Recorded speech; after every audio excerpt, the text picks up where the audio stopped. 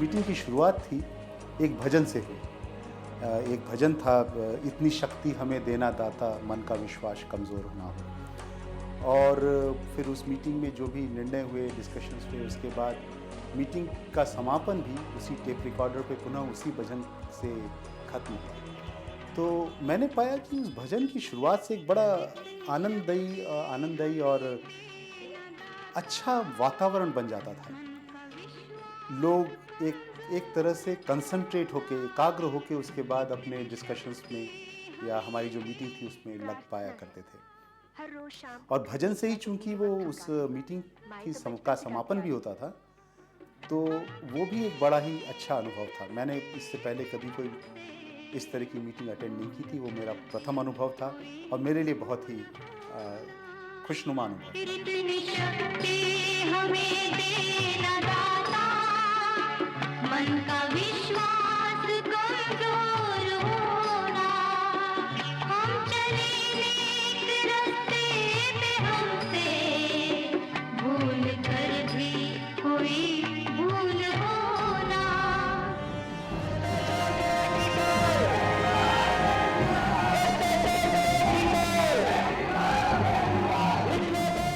IIT Kharagpur में मैंने काफ़ी नाटक खूब किए।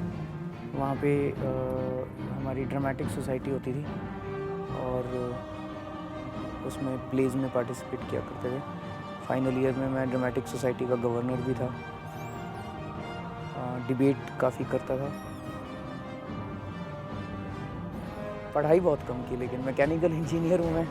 लेकिन मैकेनिकल इंजीनियर का बहुत कम, कुछ भी नहीं आती मैकेनिकल। तभी तो IIT में गए। हाँ, पहले IIT में जाने के पहले बहुत पढ़ाई की, IIT में जाने के बाद बिल्कुल पढ़ाई नहीं की।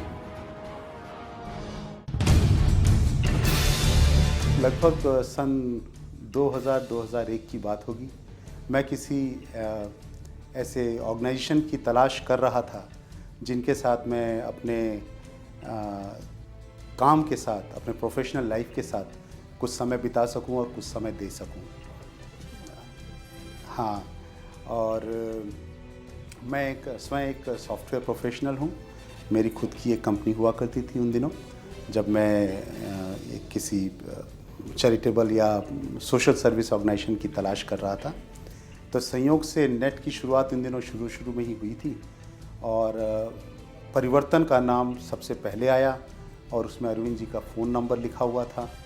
मैंने उस नंबर पे उन्हें कॉल किया और उन्होंने कहा कि उन दिनों एक कमरे में गोल मार्केट के पास उनकी मासिक मीटिंग हुआ करती थी परिवर्तन की। तो उन्होंने मुझे वहाँ पे आमंत्रित किया। RTI के अंदर पार्ट लेना, दो साल की सर्विस छुट्टी ली, स्टडी लीव्स जो कि विद पे मिलती थी। उसके बाद विदाउट पे ली 2 साल। उसके अंदर ITI का काम शुरू किया इन्होंने और अगेंस्ट करप्शन किया।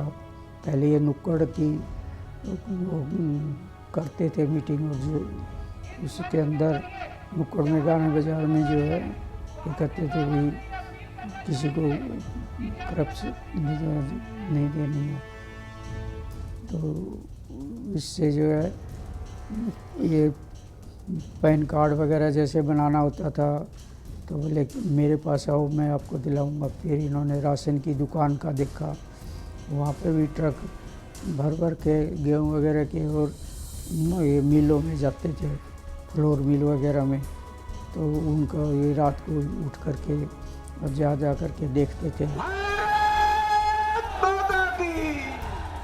आंदोलन किया 3 बार अन्ना जी ने किया और 2 बार इन्होंने अनशन किया। लास्ट टाइम में ये 15 दिन तक अनशन पर रहे सुंदर नगरी में। और इसके बाद अन्ना जी ने तो कहा कि भी हमारे एम्स तो दोनों के सेम है, लेकिन रास्ते अलग अलग हैं। एक्चुअली ये भी एक अरेंज्ड मोहब्बत थी।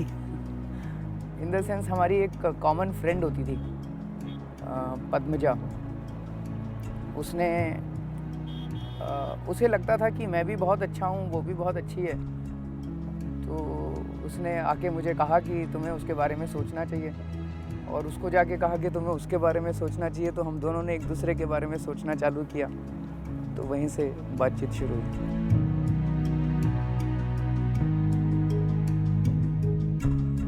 विपश्यना, मेडिटेशन, उसके बाद मैं काफ़ी घूमा इधर उधर स्पिरिचुअल, उसके लिए रामाकृष्ण मिशन भी गया, स्वामी विवेकानंद को भी काफ़ी पढ़ा, और फिर विपश्यना से जब वो हुआ तो विपश्यना मुझे काफ़ी एक साइंटिफिक और स्पिरिचुअल पद्धति नज़र आती है। 96 से मैं विपश्यना कर रहा हूँ।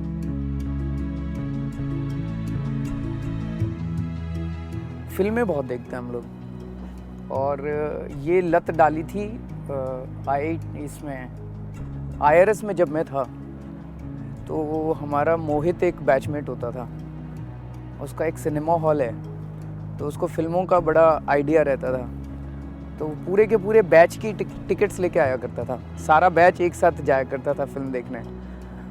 तो उन दिनों में हम लोगों ने, वहीं पे मेरी सुनीता से भी मुलाकात हुई थी, तो कोई ऐसी फिल्म नहीं होती थी जो हम छोड़ते थे उन दिनों में, हर फिल्म देखा करते थे। अब तो ज़्यादा टाइम नहीं मिलता।